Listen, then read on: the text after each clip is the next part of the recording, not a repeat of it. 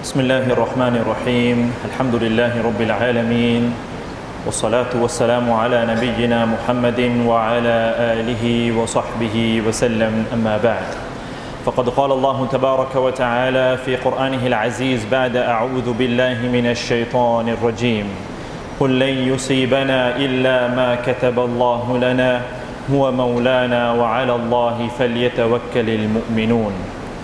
I commence by praising Allah subhanahu wa ta'ala. I ask Him, the Almighty, the Lord of all worlds, the Exalted, to shower His choicest of blessings and salutations upon our beloved Prophet Muhammad sallallahu alayhi wa alihi wa sallam, his family members, his companions, and all those who tread upon his path with utmost sincerity until the day of Qiyamah. My dear respected elders, brothers and sisters in Islam, first and foremost I advise myself, I remind myself, and then all of you all present here to adopt a life of taqwa, and that is to be conscious of your Maker during every single second of your lives if you wish to attain success in this world as well as the hereafter. I would like to start off today's sermon by praying for our victims of the past few days. We pray that Allah subhanahu wa ta'ala raises their ranks. We pray that Allah subhanahu wa ta'ala alleviates their sufferings. We pray that Allah subhanahu wa ta'ala rewards them immensely for their losses, and we pray that Allah subhanahu wa ta'ala bless them and their families with the best in this world as well as the hereafter. Ameen. My dear brothers and sisters in Islam, for today's sermon, inshallah, the few minutes that I have with you all, I want to touch on why these past few days, in the sense the events of the past few days, why do they happen, or why did they happen, through the light of the Qur'an and the Sunnah, through an Islamic perspective, maybe a few takeaway lessons, and also what we as Muslims should do, inshallah ta'ala. Now obviously most of us, our hearts are filled with fear, insecurity. We don't know what the future holds for us, and these questions arise. Why do these things happen to us? Why are these things happening in spite of Allah subhanahu wa ta'ala being our protector? Through an Islamic perspective, if we look at the life of the Prophet sallallahu alaihi wasallam, we see similar incidents. For example, if we were to take one of the most personal incidents, in terms of incidents, one of the most personal tragedies that shook the life of the Prophet sallallahu alaihi wasallam, if we were to take the incident where his own wife, our mother Aisha radiallahu anha, was slandered, subhanallah. That incident shook the Prophet sallallahu alaihi wasallam, it shook the companions, and what does our Maker at that point reveal unto Muhammad sallallahu alaihi wasallam?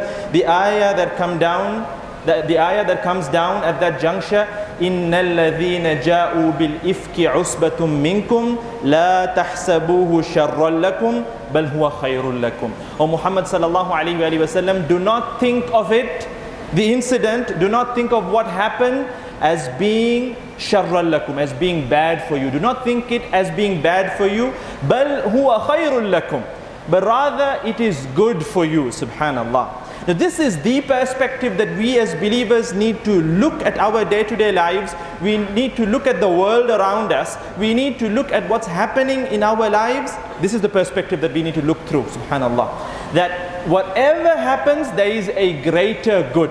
Whatever happens, there is a greater good. لا تحسبوه شرا لكم بل هو خير لكم. Do not think of it as being bad for you, but rather it is good for you. From the wisdom of Allah subhanahu wa ta'ala, it is good for you, O Muslimun, O believers. We, at a glance, we think of it as being bad at the outset of it. Yes, we are suffering. Yes, there are difficulties, but from the wisdom of Allah subhanahu wa ta'ala, there is bound to be goodness which Allah subhanahu wa ta'ala will bring about. And from the wisdoms, from the goodness that comes about from it, here are a few takeaway lessons. Number one, it brings about a sense of unity amidst us, subhanallah. And this is of utmost importance. It brings about a sense of unity amidst us. We may be a minority, but when incidents of this nature takes place, it brings about this awareness within us that we are there for one another. And we need to bring this in our lives. We look at the incident of Uhud. There was obviously defeat. We study in the seerah of the Prophet ﷺ, and we find out the main reason behind that was because there was no unity. Allah says in the Quran, وَلَا تَهِنُوا وَلَا تَحْزَنُوا وَأَنْتُمُ الْأَعْلَوْنَ. In regards to Badr, in terms of Uhud, Allah subhanahu wa ta'ala says that due to the lack of unity, that was why there was a loss. That was why the Muslims had to face defeat. On the other hand, when you look at Badr, because they were united, we're talking about the first incident or the first battle that the Muslims and in the sense the Ansar and the Muhajirun had to face together. But because there was unity, there was help from Allah subhanahu wa ta'ala. Therefore, my dear respected elders, brothers and sisters in Islam, this is, I would say, the most important takeaway lesson from these incidents, that it is high time that this serves as a wake-up call for all of us, where we wake up, we put aside our differences, even most of our theological differences, because all of that does not matter. We as a community, the scholars of the community, the professionals of the community, the leaders of the community, the politicians of the community, all of us, we have strengths, we have talents, we have abilities, and we are living within a democracy. So numbers speak. Numbers speak. If we do voice out within the system, we can bring out a change. But for this, unity is of utmost importance. We need to be united. We need to put aside the differences. We need to put aside the petty issues that we generally bicker about. Subhanallah. Even after all of what has been happening the past few days, we still have individuals amidst us pointing fingers, saying that this person is not doing this, this person is not doing that, this organization is not doing this, this organization is not doing that. No, we should unite. All of us, we have strengths, we have talents, we have abilities, we have the strength to address these issues. So we as a community, we need to do that. And most definitely, as Allah says in the Quran, وَلَا تَهِنُوا وَلَا تَحْزَنُوا وَأَنْتُمُ الْأَعْلَوْنَ. Do not be disheartened, do not grieve, do not be sad. وَأَنْتُمُ الْأَعْلَوْنَ إِن كُنْتُم مُؤْمِنِينَ. You are going to be victorious if only you are believers. If you believe in Allah, you are definitely going to be from the victorious ones. And it is also from the wisdoms that it is through hardship of this nature, it is through crises of this nature that true leaders are born, the true heroes are born amidst our community. It's this hardship that propels things forward. Imam Ibn al-Qayyim rahimahullah, he says that true leadership is only achieved through sacrifice and through hardship, through sacrifice and through sabr, through patience. You look at the likes of Mahatma Gandhi, you look at the likes of Nelson Mandela, you look at the likes of Martin Luther King, you look at the likes of all these individuals. Today, they are celebrated as heroes. Today, they are celebrated as leaders. But during their times, they had to go through a struggle. They had to go through hardship to achieve that. So we as a community, we too need to go through hardships. Allah subhanahu wa ta'ala puts us, because at the end of the day, what do we believe in? Iman, 6 articles of faith. What is the 6th article of faith? We believe in qadar. We believe in destiny. This is part of our destiny as the ummah of the Prophet sallallahu alaihi wasallam. It is Allah who is putting us through this destiny, and the one who put us through this destiny will give us the strength to overcome the obstacles. He will give us the strength to overcome the trials, to overcome the challenges. And this is why Allah subhanahu wa ta'ala tells the Prophet sallallahu alaihi wasallam, he educates the Prophet, he educates the Sahaba, and by extension he is educating all of us. Say, O Muhammad sallallahu alaihi wasallam, لَن يُصِيبَنَا إِلَّا مَا كَتَبَ اللَّهُ لَنَا. Nothing will harm us, nothing will disturb us, nothing will afflict us, إِلَّا مَا كَتَبَ اللَّهُ لَنَا, except that which Allah has decreed for us. This needs to be our slogan. This needs to be what we carry forward. We need to send this message to the world. We need to send this message outside, that we as believers, nothing disturbs us. Nothing makes us waver. Our iman does not shake, but rather it becomes stronger. It is through hardships of this nature that we rediscover Allah subhanahu wa ta'ala. We become more closer to Allah subhanahu wa ta'ala. We turn to Allah, we plead unto Allah subhanahu wa ta'ala. Our pleas become stronger. And we say that nothing disturbs us except that which Allah has written for us. Huwa maulana. He is my protector. He is our protector. Allah is our protector. وَعَلَى اللَّهِ فَلْيَتَوَكَّلِ الْمُؤْمِنُونَ. And it is upon Allah that the believers place their trust in. Our tawakkul in Allah becomes stronger, and it should become stronger. It should. Allah subhanahu wa ta'ala states in the Qur'an, وَإِذَا مَسَّ الْإِنسَانَ ضُرٌّ دَعَانَا. When hardship afflicts or touches man, then he starts calling unto us. And Allah does not criticize that. Allah acknowledges that whenever mankind goes through hardship, He turns to us. But what Allah criticizes is that when the hardship is removed and when you are living a comfortable life, you should not forget Allah subhanahu wa ta'ala. So this is an opportunity for us to turn back to Allah. It is an opportunity for us to rediscover Allah. It is an opportunity for us to strengthen our relationship with Allah. It is an opportunity to make earnest dua unto Allah subhanahu wa ta'ala. So this is something that we as a community need to work towards. In terms of what we are supposed to do, number one, we need to strengthen our relationship with Allah subhanahu wa ta'ala. Number two, we shouldn't be ashamed in terms of our identity. We shouldn't be ashamed or afraid to identify ourselves as Muslims. Subhanallah, no. Don't think that now because of these incidents, I need to hide.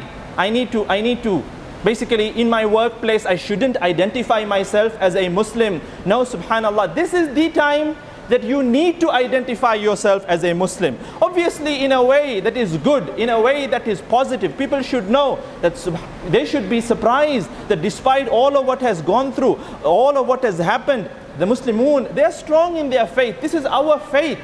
This is what we believe in, Islam. We shouldn't compromise. We shouldn't mince on our own rights. We as citizens of this country, we have rights.